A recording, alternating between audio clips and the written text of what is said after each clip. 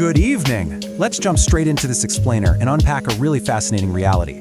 We're looking at the complex dynamics of living and working in a booming, world-class mountain destination.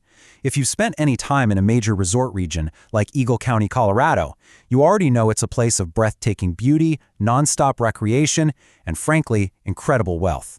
But right beneath the surface of those pristine ski slopes and vibrant summer festivals, well, there's a highly data-driven story unfolding about economic disparity and serious logistical strain. Today, we're diving directly into the municipal data, housing assessments, and local reports to figure out exactly what's going on. It all boils down to this core question. What happens when a mountain paradise literally runs out of room for the people who run it? We'll be looking at everything from trail closures and transit pivots to some absolutely staggering economic data highlighting a massive housing and staffing squeeze.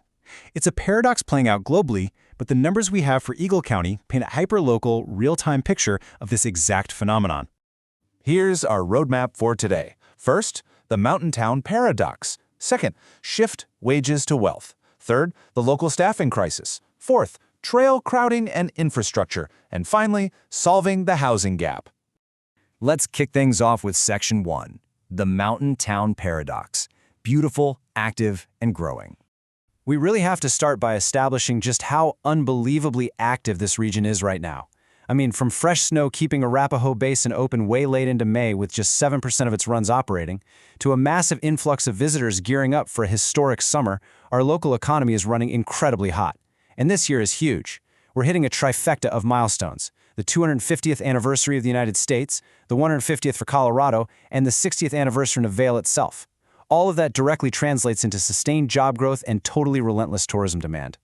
And you know, this perfectly illustrates the draw.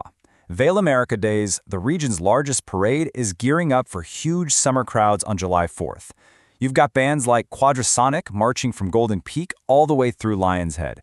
But think about the sheer logistical effort required to host world-class events like this. It takes a massive, dedicated workforce. The obvious question then becomes, where does that workforce live, and how do they even afford it? Moving on to Section 2, Shift Wages to Wealth, the hidden data behind the squeeze. Let's look at the Eagle County Regional Housing Needs Assessment, because there's a massive shift happening in how money's actually made here. Take a look at this. Since 2010, traditional wages, meaning a standard paycheck from working a job, have dropped from 61% down to 53% as a share of personal income. But at the exact same time, investment income, things like stocks, bonds, and real estate, has surged from 32% up to 41%. So what we're seeing is a local economy shifting heavily away from local paychecks and toward passive wealth. And as you can imagine, that drastically changes the housing market dynamics. But here's the wild part. Even with wages shrinking as a piece of the overall wealth pie, the actual number of jobs is exploding.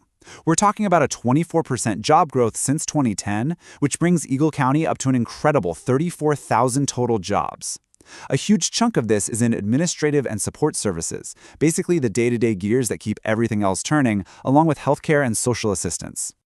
Now here is the absolute crux of the issue. We physically have more jobs in the county than we have working-age residents to fill them. Think about that for a second.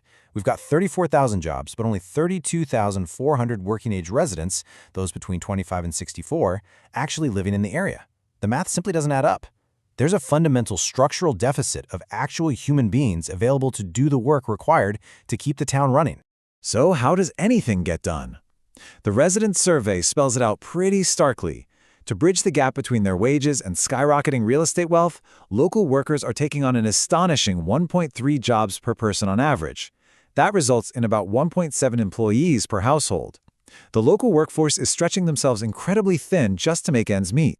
Which brings us to Section 3, the local staffing crisis. Understaffed and burning out. Seriously, what happens when you combine an economy that has more jobs than people with a working class already pulling double shifts? Well, looking at employer surveys from that same housing needs assessment, 51% of employers reported having unfilled positions over the last 12 months. And this isn't just a seasonal dip.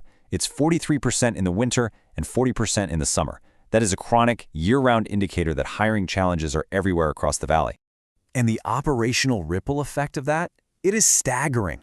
When a business can't hire new staff, what do? Well, 65% of understaffed employers are forced to rely on their current employees to cover multiple, entirely distinct jobs.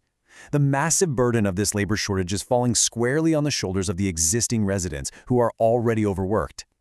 You can really see the human cost of this data right here. Because staff are covering multiple roles, nearly half, 48% of all surveyed businesses report massive employee dissatisfaction and burnout. We are seeing completely unsustainable overtime. In fact, in 42% of cases, the business owners themselves are having to step in and work extra hours just to keep the lights on. It's an economy operating at the absolute brink of human capacity. Let's pivot to Section 4, Trail Crowding and Infrastructure, Real-World Municipal Impacts.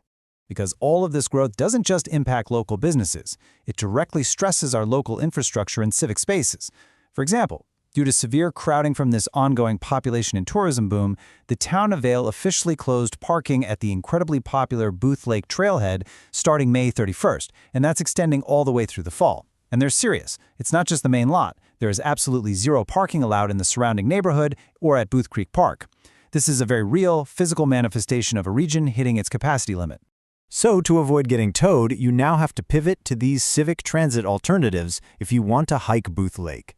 The town is aggressively pushing visitors and locals to use the free East Vail bus route, which runs every half hour in the spring. Or you can use the Shift Bike e-bike share program right at the trailhead, or just coordinate a quick drop-off. It requires a total shift in how we handle the logistics of moving people around these highly sensitive mountain corridors. Finally, Section 5, Solving the Housing Gap, Civic and Employer Solutions.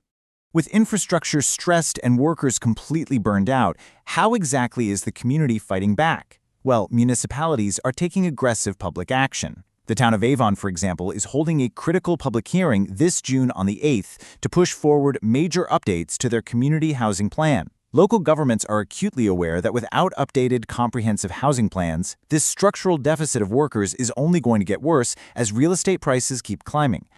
And what about the employers? Well, they're realizing they absolutely have to become part of the housing solution if they want to retain staff. Sure, about a third report they are unable to assist, but looking at this table, nearly equal amounts are stepping up. They're willing to partner with the government, offer matching grants, provide low-cost loans, or even directly buy deed-restricted units to act as landlords for their workers. The housing crisis is so acute that simply securing a place to live has become a major part of corporate recruitment and retention in Eagle County.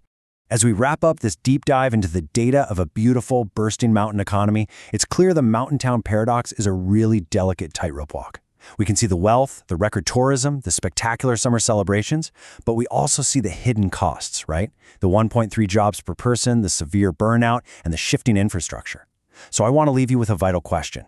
As these incredible destinations continue to grow in popularity and wealth, how do we practically make room for the very people who make it run? Thanks for joining me on this explainer, and keep learning.